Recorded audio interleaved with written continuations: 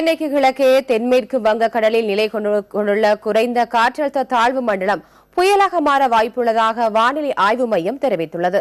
இதன் காரணமாக வட தமிழகத்தில் ஓரிரு இடங்களில் கனமழை அல்லது மிக கனமழைக்கு வாய்ப்புள்ளதாக வானிலை ஆய்வு மைய இயக்குநர் பாலச்சந்திரன் தெரிவித்துள்ளார்.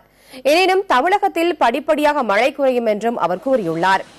காற்றழுத்த தாழ்வு மண்டலம் காரணமாக தமிழகத்தில் பல்வேறு பகுதிகளில் கடந்த 2 தினங்களாக பரவலாக மழை பெய்து வருகிறது.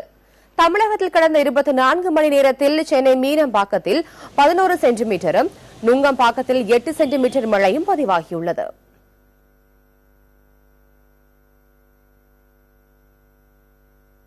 தென்மேற்கு வங்கக்கடலில் நிலை கொண்டிருந்த குறைந்த காற்றழுத்த தாழ்வு மண்டலமானது வடதிசையில் நகர்ந்து இன்று அதிகாலை சென்னைக்கு கிழக்கே சுமார் 90 கிலோமீட்டர் தூரத்தில் நிலை கொண்டுள்ளது. இது தமிழக கடற்கரை விட்டு மேலும் விலகிச் செல்லும்.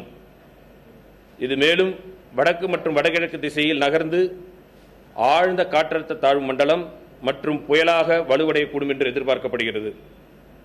இதன் காரணமாக தற்போதைய நிலவரப்படி வட தமிழகத்தில் ஒரு சில இடங்களில் கனமழை மற்றும் மிக கனமழை இருக்கக்கூடும்.